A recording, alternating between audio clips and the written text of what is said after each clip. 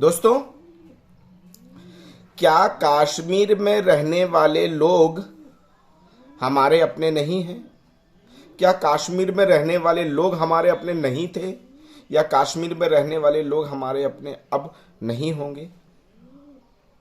लंबे समय से चलने वाली एक बहुत बड़ी जटिल समस्या का निवारण हुआ। 370 हटा, 35A हटा, लगातार जनजीवन पटरी पर आया, शांति व्यवस्था कायम हुई, आतंकवाद का लगातार सफाया होता रहा, और जब आतंकवाद पलने और पनपने की स्थितियां समाप्त हो गईं, तब हमको देखने में आता है कि आज फिर आतंकवादी घटनाएं शुरू होती हैं, और उन आतंकवादी घटनाओं में चीजें और लोग भी चिन्हित होते हैं, और अब हिंदुओं को पुनः टारगेट किया जाना शुरू कर दिया जाता है। स्कूल के टीचर्स को उनकी आईडी कार्ड देख करके, उनकी पहचान करके, उनका हिंदू धर्म से संबंधित होने के बाद उनको मारा जाता है। ये एक बहुत बड़ी घटना है। आज हिंदुस्तान के अंदर पुनः हिंदुओं को चुनकर मारने की घटनाएं केवल इसलिए की जा रही हैं जिससे कि जो 370 और 35A खत्म होने के बाद जनजीवन पटरी पर आ रहा था, लोग जागरूक हो रहे थे, लोग उन्हीं स्थितियों को प्यार करने लगे थे। उन आतंकवादियों को ये अच्छा नहीं लग रहा है।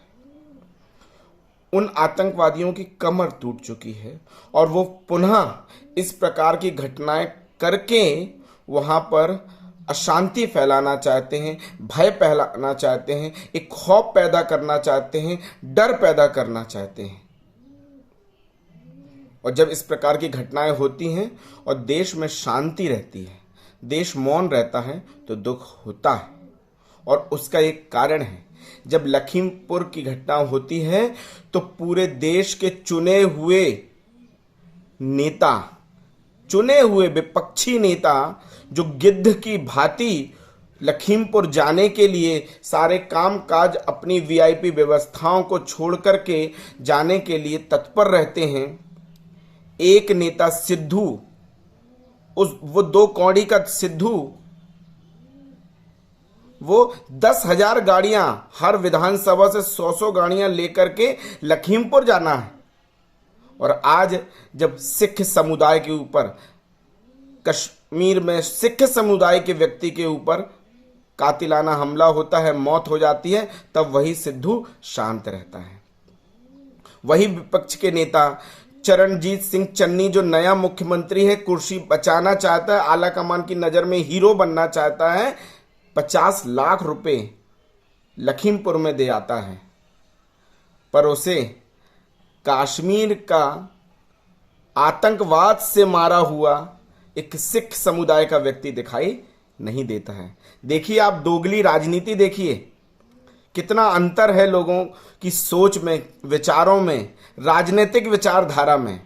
भूपेश बघेल छत्तीसगढ़ के मुख्यमंत्री हैं, यूपी में 50 लाख देकर आते हैं। चरणजीत सिंह चन्नी पंजाब के नए नए मुख्यमंत्री बने हैं और 50 लाख देकर आते हैं, और वह मौत भी होती है, व्यक्ति भी मारा जाता है, वो भी हिंदुस्तानी था और ये भी हिंदुस्तानी है। पर यहां पर किसी का मौन नहीं टूटेगा, किसी की अंतरात्मा जागृत नहीं होगी। और क्यों नहीं होगी? वो केवल इसी कारण नहीं होगी कि इनका वोट बैंक वहां पर है ही नहीं, या जो मारे गए हैं वो इनका वोट बैंक है ही नहीं, या वो इसलिए नहीं जाएंगे क्योंकि इनकी आला कमान ने वहां जाने के लिए निर्देशित किया ही नहीं। दोस्तों, इस बात को शेयर जरूर कीजिएगा, लोगों तक पहुंचाने की कोशिश कीजिएगा कि 370 और 35A के बाद संभवतः यह पहली घटना है जब हिंदुओं के ऊपर इस प्रकार से आघात और आक्रमण हुआ है, उनकी निर्दयतापूर्वक हत्या की गई है। परंतु दूसरा पहलू और सुखद पहलू ये है कि आज हजारों की संख्या में हमारे कश्मीरी पंडित एवं सिख भाई और जो वहाँ का टीचर्स समुदाय है, वो पूरा का पूरा सड़कों पर निकलकर उन आतंकवादियों के अगेंस्ट में खड़ा होकर, उनके विरोध में खड़ा होकर, आंख में आंख डालकर उनसे लड़ने की हिम्मत जता रहा है, उनका विरोध प्रदर्शन कर रहा है, जबकि इसके पहले इस प्रकार का कोई इतिहास नहीं था। आतंकवादियों के मरने पर, आतंकवादियों के एनकाउंटर पर ही हजारों लाखों की संख्या में वो कश्मीरी निकल कर आते थे और उन आतंकवादियों के समर्थन में खड़े हुआ करते थे।